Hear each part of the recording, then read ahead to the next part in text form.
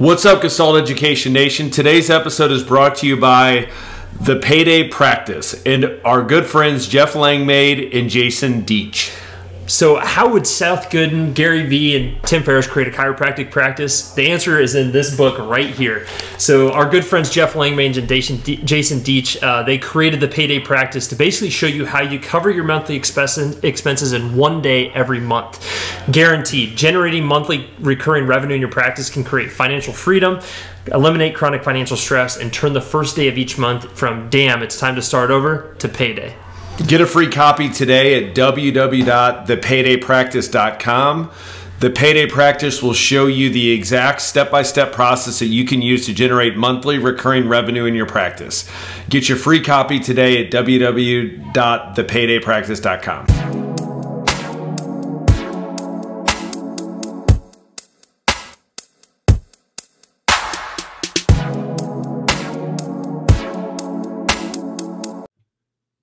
All right, everyone. Welcome to another episode of the Gestalt Education Show. Today we are we're still in our tour of Cincinnati, Brett. And so today I'm really excited. This is someone that you introduced to me actually kind of digitally, but we're here in Cory Carlson's home office. And the first thing that I noticed is something that my wife would have really appreciated, which is all of his books on his bookshelf are color-coded and organized, and it is so aesthetically pleasing. It's unreal. Some would say it's obsessive-compulsive, but I think it's perfect. All good people have a little bit of that in them, right? But now, Cory, I know you from your books. Brett knows you a little bit more intimately from Mizzou and frat life and things like that. But and we'll get to that in a minute. But the thing that is kind of crazy about you is you're civil engineer by trade. You were very successful. You were crushing life, although maybe on the outside that's what people thought. But on the inside, maybe it was a different story. And that's what really forced you to write this first book of yours called Win at Home First. So what I'd really love to do is just start off with our community is in a similar situation. We're trying to grind to get to this goal that maybe we don't understand. But then, sometimes things at home fall through, or we think we have to sacrifice things at home or in life to get to that point. And through reading your book, that's not necessarily true. Could you kind of take us through like that journey and what it took to get to this point of writing this book?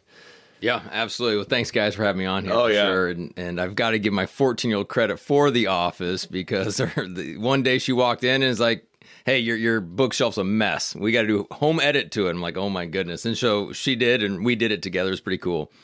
As far as, my story, the reason I wrote the book Win at Home First is because I lost at home first.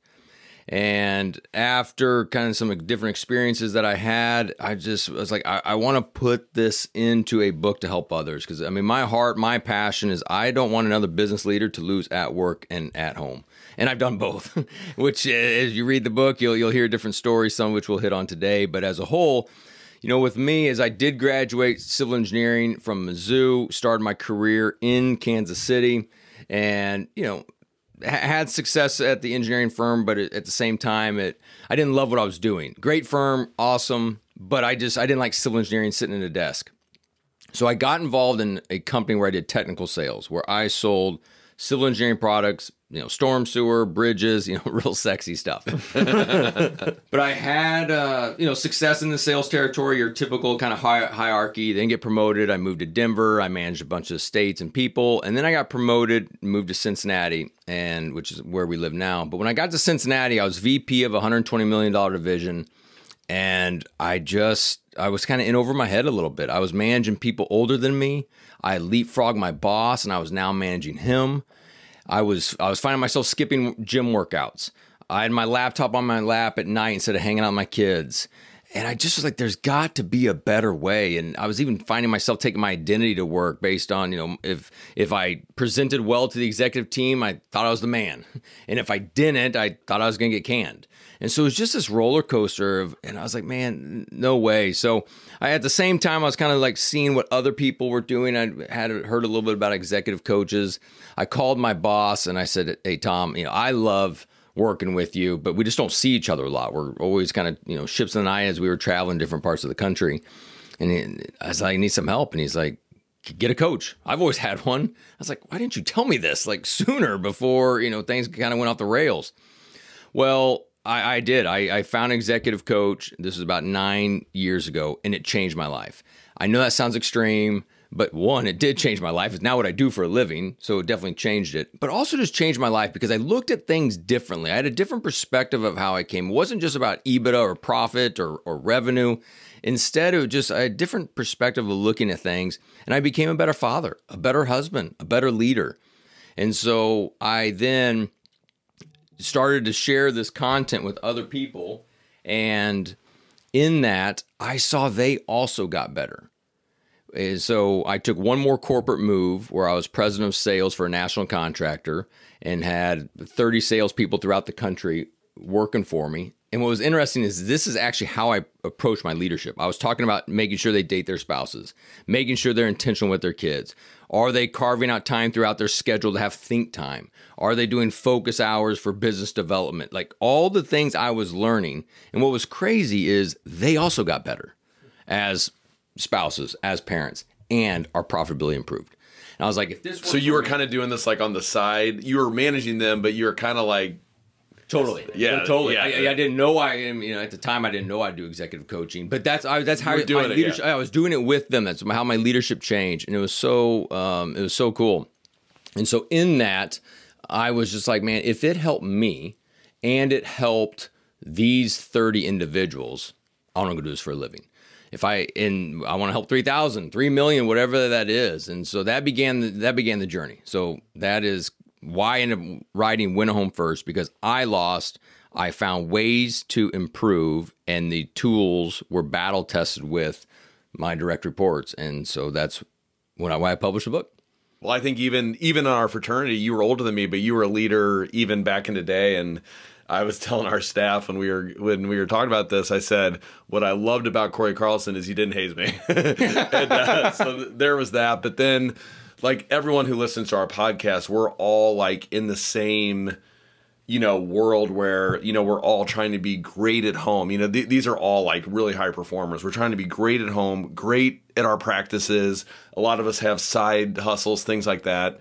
And then the pressure is a lot, so like being able to like look in a 24-hour cycle and just say, I need to be better balanced, through this all. And then like, I have to travel a lot. So I'm still trying to coach my kids. I'm trying to, it's just a lot for a lot of us. And you don't really know it, I think, because it comes on so subtly, like you're taking on, it's like a ship taking on water kind of. And then like finally you get to a breaking point. You're just like, oh my gosh, like I literally, like I had a satellite office. I woke up literally in a panic attack. I was working for the Cardinals. I was teaching at 2 colleges, working on the weekend, trying to still be, coach the kids, hang out with Sherry, and then literally woke up in a panic attack. Woke up the next day. I told Sherry, I'm like, I gotta be done with the satellite office. That's the one thing I can drop today. And I think like when I look back on it, to me, when I look back on that, I'm like, this is pure insanity. But you don't really realize it because that's kind of the American way, is like the busier the better. You brag about being busy, Yeah, I mean, it's busy's like the new. I mean, just kind of the way people respond to each other. You brag about it. Yeah, it's awful. Yeah, or if you chill out, then you would be considered to be lazy. Mm-hmm. Yeah. So what are some of the tenets then, Cory, of like how, if someone is in that rat race, or like we're starting to feel the pressures like Brett was talking about stuff, how do you start to dig yourself out of that? Where do you start with all that? Yeah, there's a lot of different ways to answer. One thing that's coming to mind right now is there's a tool that I use in Win a Home First, and it's this pendulum. It's this idea of it's a work-rest pendulum where it just kind of goes back and forth. Everything is somewhat seasonal, right? There's day, there's night, there's summer, there's winter. But even for each of us, there's work and then there's rest. And it's just this pendulum, and completely makes sense when you think about it. But what ends up happening to all of us is we overextend on both ends. And so instead of it being a nice little pendulum of work, rest, hey, we work, kind of 8 to 5, call it, and then we rest and we hang out with our family and we go to bed. We extend it, and it ends up becoming striving and crashing. We strive, exactly what you just said, Brett. We say yes to too many things, and then all of a sudden it's crashing. It's on the couch, it's watching Netflix, it's having bourbon, it's aimlessly scrolling our social media, it's doing all these things. And so that's like the first aha of like, oh crud, as Cory's saying this, it's me. Yeah, right. I hear it. And I mean, I can have those same times. But what happens is we've got to figure out as leaders, as we lead our practices, as we lead our families, hey, how do we pull that back instead of striving, crashing, and it is just a nice work first rest? And so there's basically kind of these 4 categories inside that pendulum. Well, the first one's work. We all crush work. We know how to do work pretty well. Then the next one is kind of grow. So is you're thinking about what are areas you want to grow in and get better. Well, the other 2 are the ones we're awful at, and that's prune and that is resting. And so for the listener to think through is, hey, what do you need to prune on your life? Like, we don't need to be involved in so many things we are. You don't need to be involved in 4 nonprofits. You don't need to be on the board of 2 companies. I mean, figure out what you need to prune away, allow some other people to serve, allow some other people to do some things. And then the other one is rest. Like, you really need to sit down and think through what gives you healthy rest. Is it a hobby? Is it going to the gym? Is it reading books? Is it taking naps? It's all that. So that's right side of the pendulum, we all are pretty brutal at. The rest and the prune. So I think for that listener who's listening to this is think, hey, what gives you rest and what do you need to prune out in your life? And just kind of write down a few things that are helpful.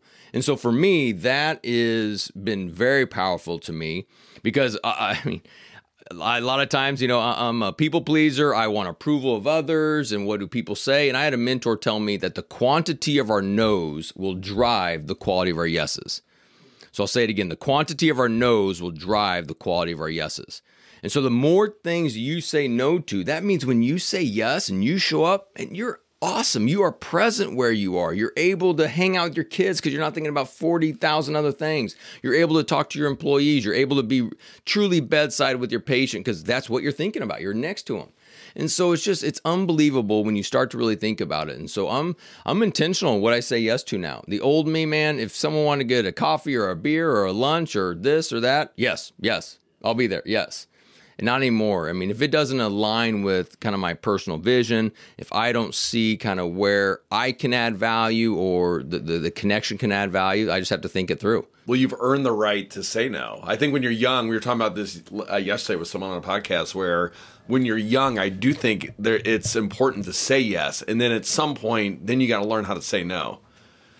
Absolutely. Absolutely. I am trying to tell my kids a little bit, even now, to that old earn right, as you mentioned, is you still got to be careful even at this age because my kids, I mean, they want to go everywhere. And especially my oldest because she's a lot like me. And so I'm just trying to help guide her a little bit. Obviously, anytime we have wisdom, I had a mentor say wisdom is spelled WISDUMB because our wisdom is from dumb mistakes that we've made. So I try to, I'm trying to obviously share that a little bit with my kids just to make sure that they just, don't go, down this bad path.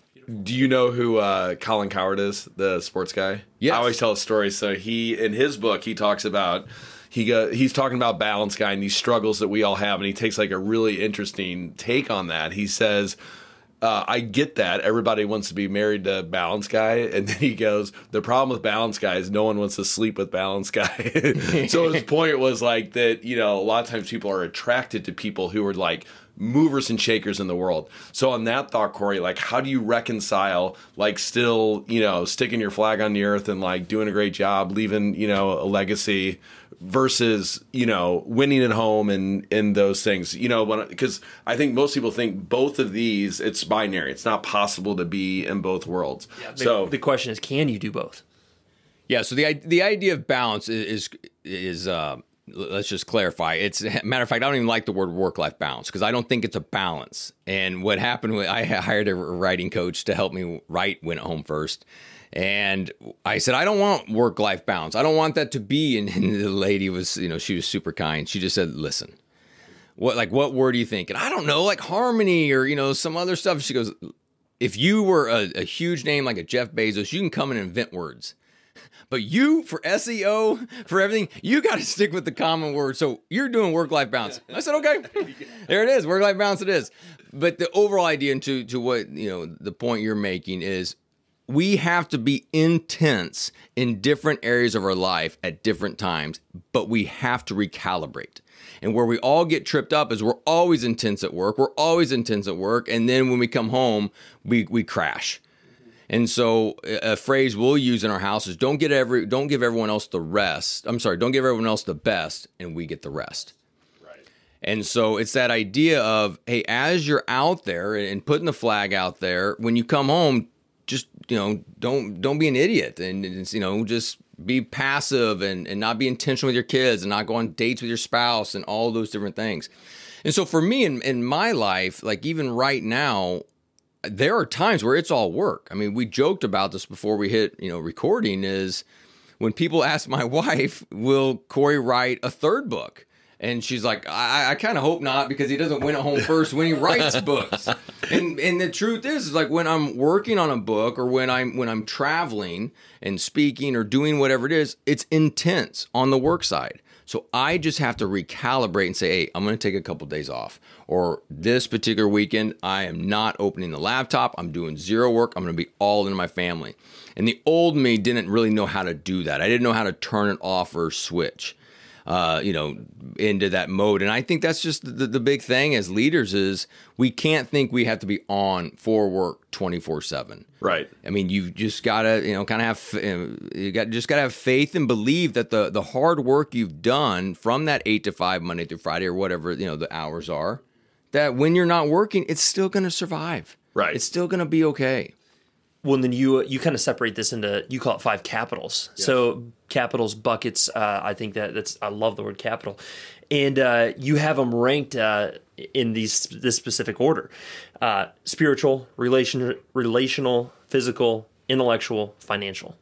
And I love that you put financial last because I feel like in what you kind of get in this book is if you take care of all those, financial is probably going to take care of itself as well. But can you talk about kind of those 5 capitals and why those are important, why you chose the words maybe that you did? And yeah. Yeah, absolutely. And I did not create 5 capitals. My coach, Brandon Schaefer, created the 5 capitals. And that's one of the main frameworks that I learned 9 years ago. And it was so impactful that, I mean, obviously I use it now, and that's the framework I use in decision making. That's the framework I use in my annual planning. I mean, it's all the time, and plus, it's what I use with my clients and seeing their lives change. So, Brandon created it. I started using it, and I saw it just be life changing. Then that's what I use, and a lot of the coaching that I am affiliated with is even 5 capitals. I mean, that's the name of the organization that we coach through, and so it's pretty big stuff. As the 5 capitals, it is in the order you just mentioned, and just kind of expand on each of them. Spiritual is it's maybe a little different for every listener. It could be faith, it could be your relationship with God, it could be your relationship with the universe, it could be your greater purpose, it could be your inner self, kind of whatever that thing is that you call spiritual. And so think of whatever that is for you. And then the idea of spiritual is, hey, how do you grow more in that? Harvard Business Review did a study years ago that all great ideas come from the shower. And the idea is that when you're in the shower, there's no nagging spouse, there's no crying kids, there's no buzzing phone, there's nothing. You're present, you're thinking. And that's what we're talking about in the spiritual capital. So whether you're connecting to God or universe or whatever that is for you, it is how do you get more of that in your life? Because that's where you get wisdom. That's where you get discernment. Those are the critical things to lead better. And so that's spiritual capital. The second one's relational. So what's life look like with others? Your spouse, your kids, your friends, your coworkers. And then it's not about quantity of friends. It's more about the quality. Is there some depth there where you're encouraging people, they're encouraging you, you're holding people accountable, they're holding you accountable. And so that just makes us a better round individual if we actually have friends that we're doing life with.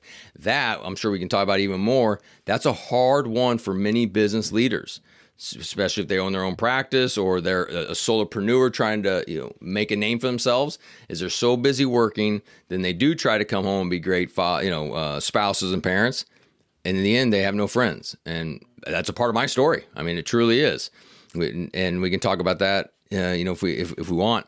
The third capital is physical capital. This is about time and energy.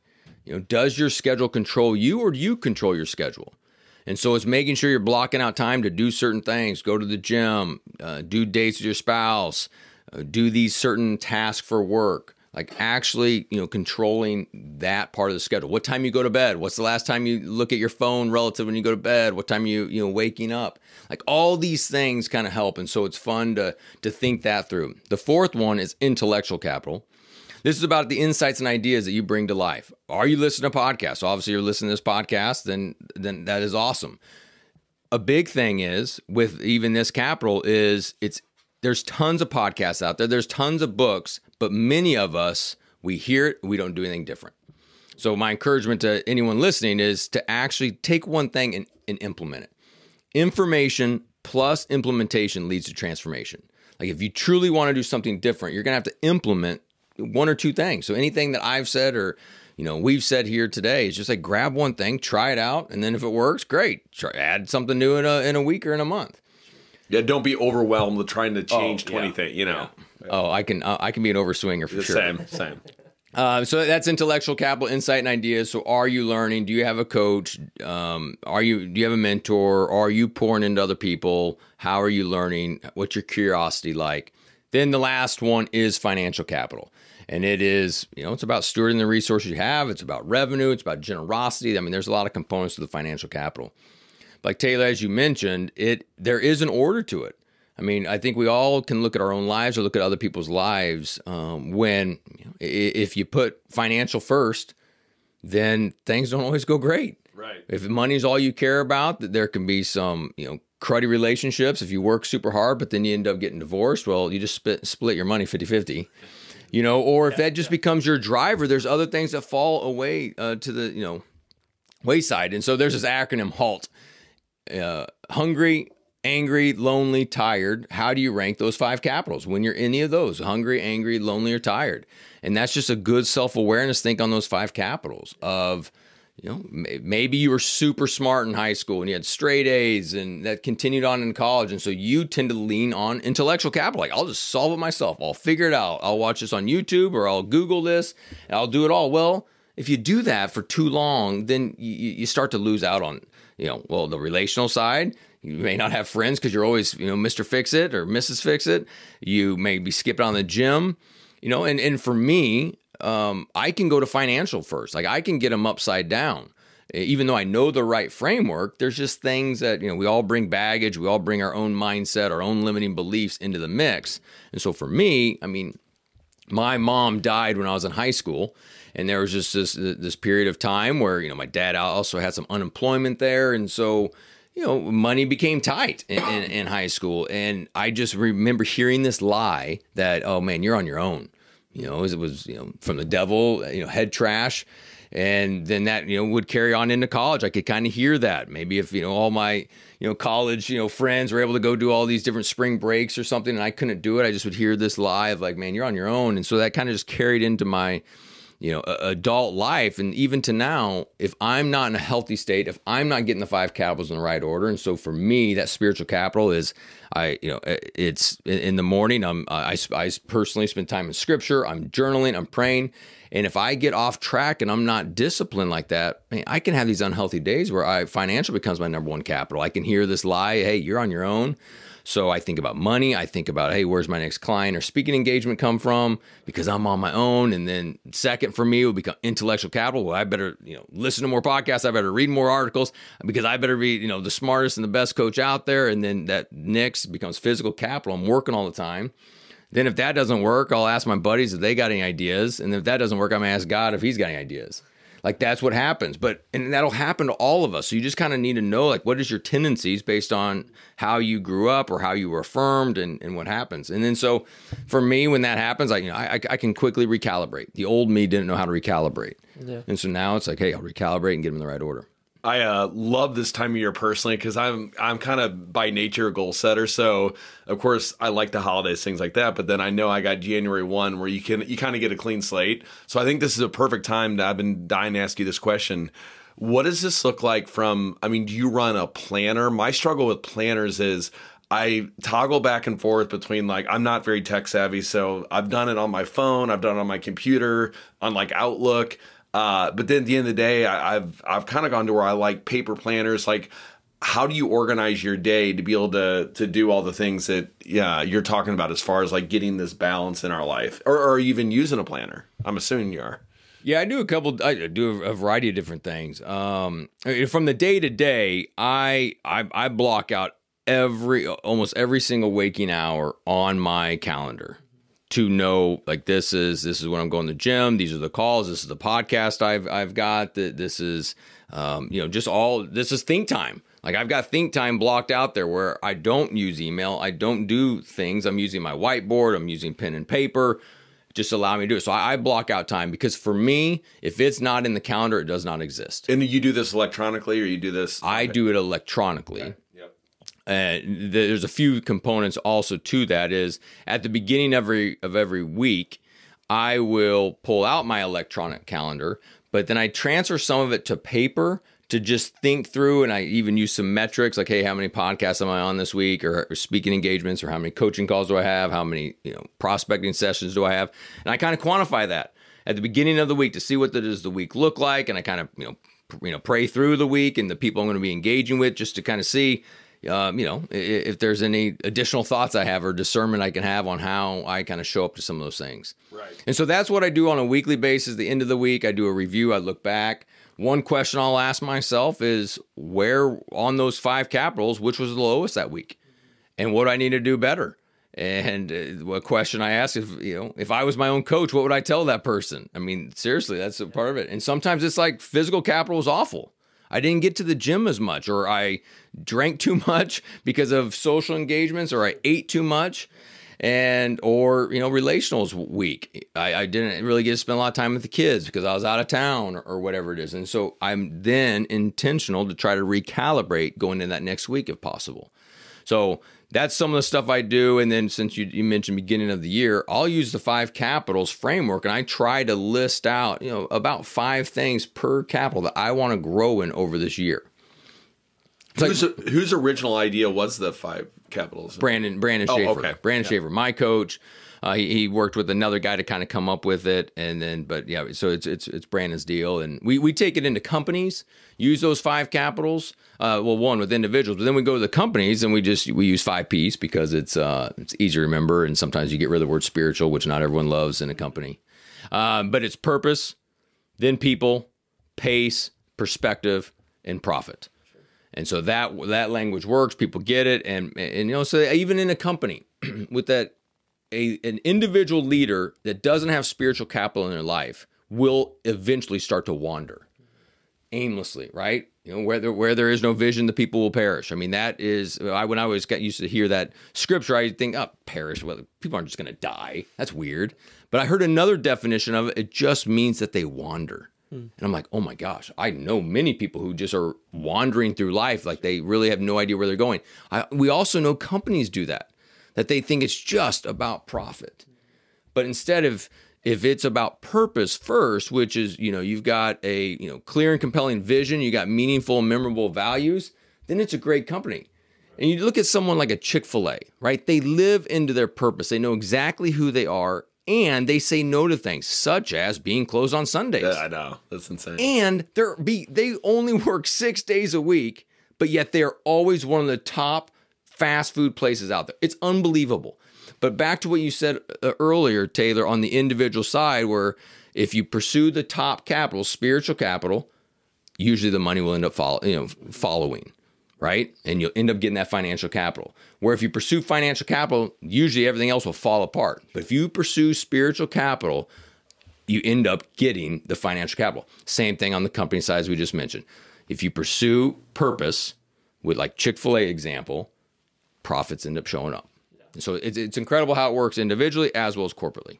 I think it's like a high school girlfriend or boyfriend philosophy on money too, where you want something so bad. Let's say, we're talking about finances or money, and you almost push it away. Like you're focusing so much there. And this happens a lot, like in our profession, I feel like.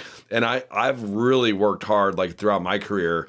I just want to keep being great at what I'm doing, and I just know the finances will fall in place for me. But I feel like a lot of people do it the other way around, and they're trying to like make a certain amount of money, and because of that, they're ironically pushing that away.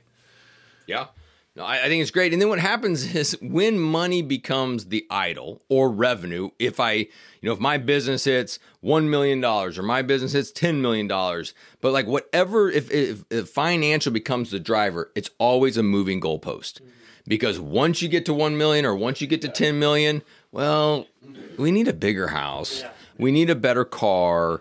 Maybe I open up the satellite office, as you mentioned earlier, like whatever that is. All of a sudden, it doesn't bring satisfaction. It doesn't bring life. It's never good enough. Yeah. And so that is, I've got to be careful with that in my own life. And that's why it's important to me to get that quiet time, to get that solitude where I can slow down, think, because I can still get in the hustle. How many podcasts are downloaded? How many books are sold? What is the revenue?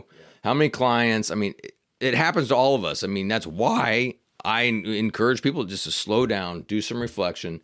Otherwise, if we don't do it, we will always be focused on the gap instead of the gain.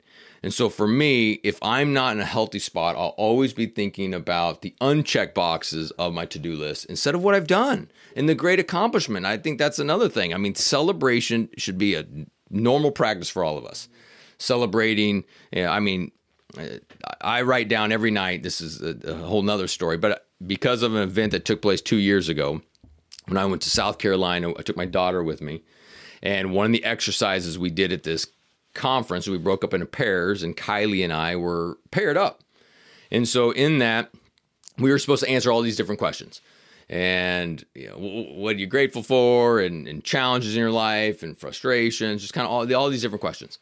And she went first, and she read off all of her answers. And I just was like, I'm an emotional dad anyways. And so I'm kind of tearing up, and it's just cool. She's grateful for dance and how amazing it is and her friends. And it was super cool. Well, then it was my turn. And so I read off all my different answers I had to these questions. And then when I was done, I said, hey, babe, what do you think? And she's like, Dad, you're the smartest man I know. Oh, man. Just kidding. She didn't say that at all. She didn't say it at all. She looked at me and she said, Dad, you sound angry. I was like, what?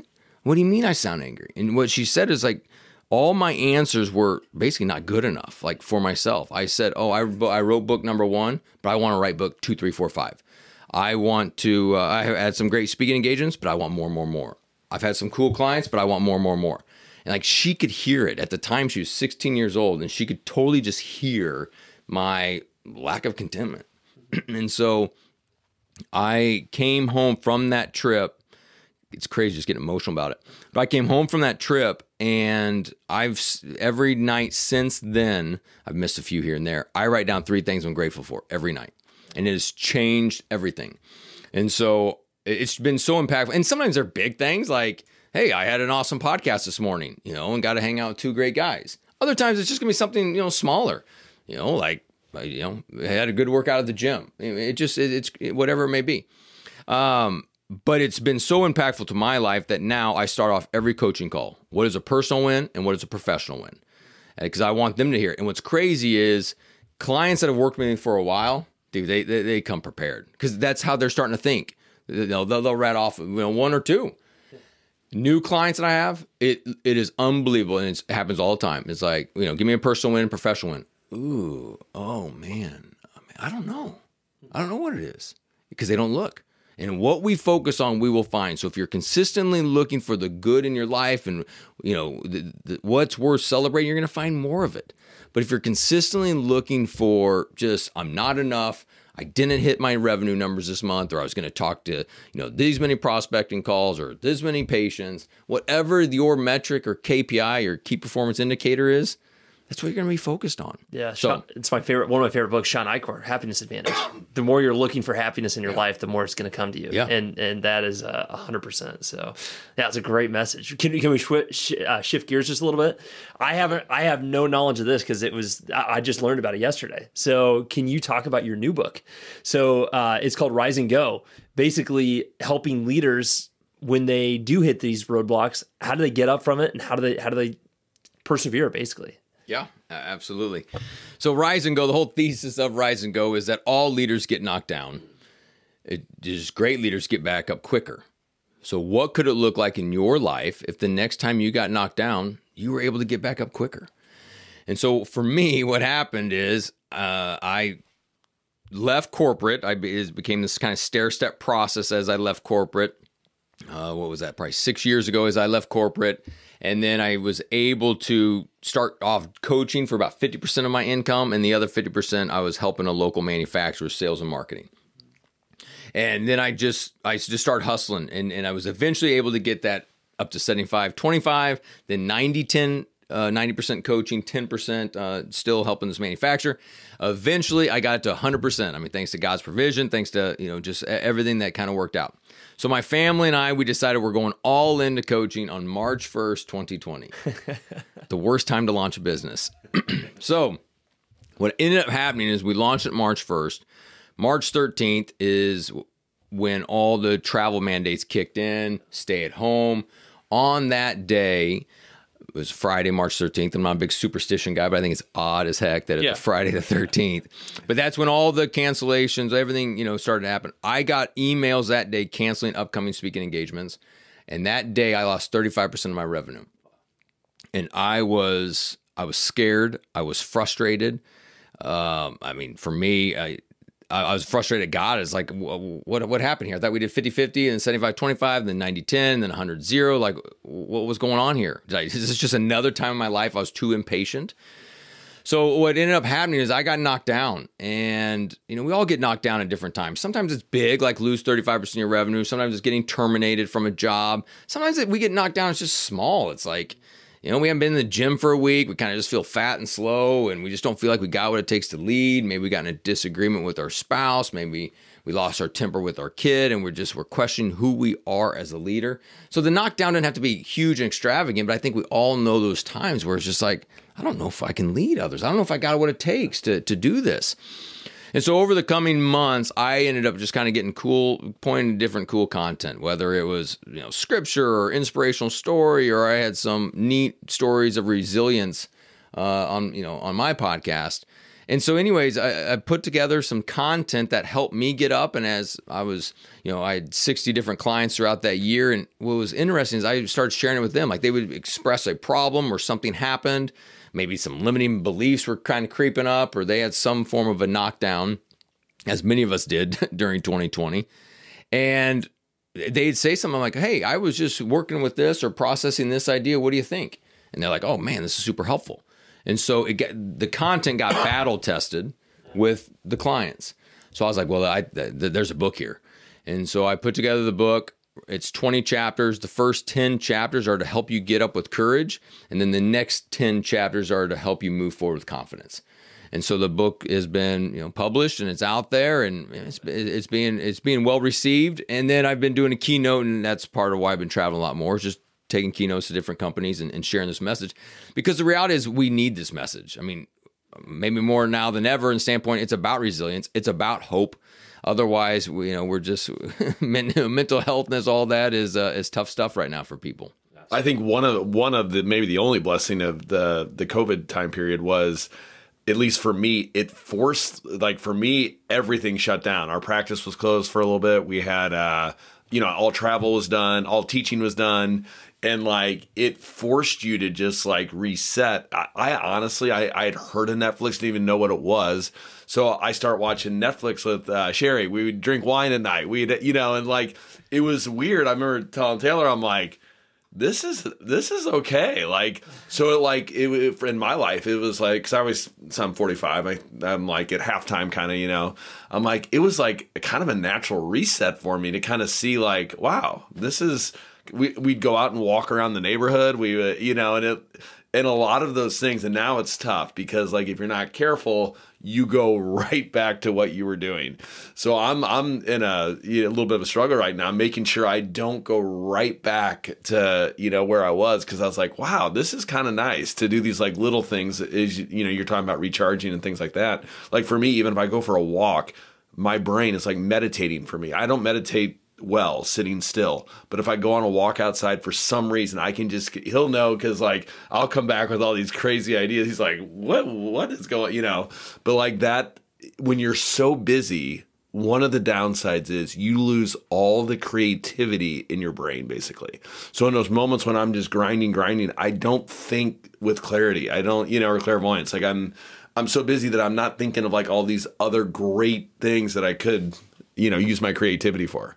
Yeah, you just basically just spoke to that idea of even like a spiritual capital, just by walking around and thinking, and you start to get that wisdom and discernment. And that is it, is how do we create those moments that we're thinking? And you are not alone on this whole, 2020, it was amazing. You had family dinners, you hung out more, and all of us are overswinging, and we're back to the way it was in 2019, if not worse. Right. Because some of us you gotta make up for it. I got to make up for all this time. And so we're all that way. And I think it's just hearing, having this conversation, and for that listener to think about it, is all of us have overswung. But to think back to some of those cool moments of 2020 and what it was like. And it was pretty cool to hang out with our family more. It was pretty cool to do family dinners. And we survived, and we loved it. Matter of fact, some of us thrived during COVID. That's right. I don't like to say that too loud, because some people didn't. But I think just go back and remember, man, there were some cool moments. And guess what? You didn't have to go to every single happy hour. Well, one, there weren't a lot of happy hours in 2020. And you survived. All right. And so I will replay that or even share that with clients. It's like, man, you don't have to go to everything. Your company's going to survive without you. Right. I mean, that absolutely will. And one thing I'll talk about a lot is, I mentioned the company. I had to prepare for a keynote, and I was thinking about using my, kind of doing a different introduction than I had for a while. And anyways, the thought came to my mind is I've had 18 bosses in my career. I've had one family.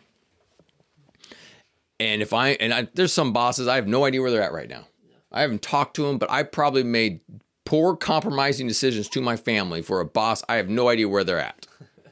And for me, it's just that wake up call of like, man, I got to be careful who am I saying yes to at the expense of my own family, who will be at my funeral, where those 18 bosses won't be, They'll be there to piss on your grave. Something like that. Well, maybe as we're closing here, Cory, could you maybe just give us I know you've given us so much material and so much information, so much help at this point, but maybe just a last little bit of wisdom for our audience that are struggling with the things we've talked about all day to day. Where would you start for them? Yeah, absolutely. I think the first thing I want every listener here is, there is no condemnation in any of this. I mean, if you're struggling in an area, I mean, that's okay. We all do. I mean, there's times I'll call my coach. I still have the same coach I've had for 9 years. I've hired some different ones along the way to help in certain areas. But there's times I'll be talking and with Brandon, and he's like, man, it's this content or it's this. I'm like, oh, crud. I forgot. Like, I teach this and I forget. And so I think read your book, bud. Yeah, read your book, man. Come on. But all of us stumble at different times. And so there is no condemnation in anything that you're hearing or processing. Don't allow that head trash. Don't allow the devil to, say all those things. That's the first thing. And then the second is just grab one thing. Don't try to overswing. Man, I need to do a weekly review. I need to do, quarterly planning, annual planning. I got to make sure I'm going to get to the gym. Like, don't beat yourself up. Just grab one thing and get after it. Now, I would say if there is a one thing that I think is pretty darn important, it is back to the capitals. I think it's spiritual capital.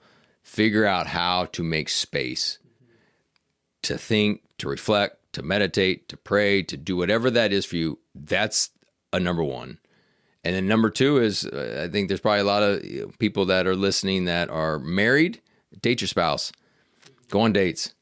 Like, we used to back when we were dating. Right. But just go on dates. And I mean, that's an important relationship, because as the leader goes, so goes the company. So if things are well at home, you will show up in a better mood, better energy, better everything if things are well at home. And then if you have kids, your kids see that. Your kids see that you go on dates with your spouse. Your kids see, and then, so many studies just show that kids that when they feel their home is safe and secure, they leave the house with more confidence and stability.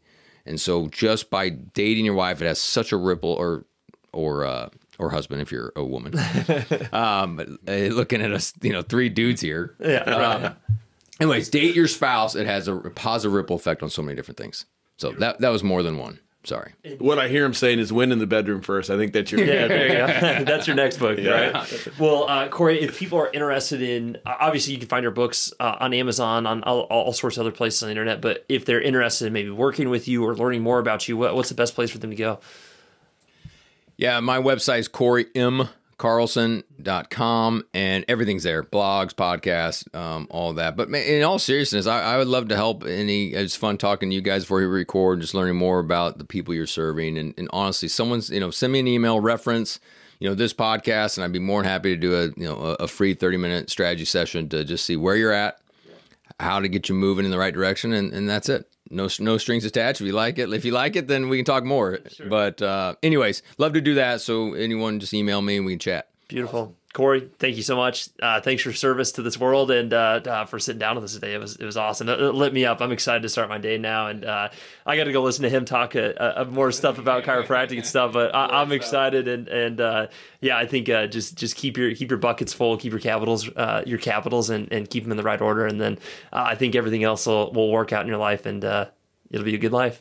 Yeah, beautiful. Sweet. Thank you guys so Cory, much. thanks, brother. Yeah. Have a great day, man. I really appreciate it. All right, guys. Baked potato pie. Yeah, that's right. Thank you, everybody, for tuning in, and we'll catch you next time.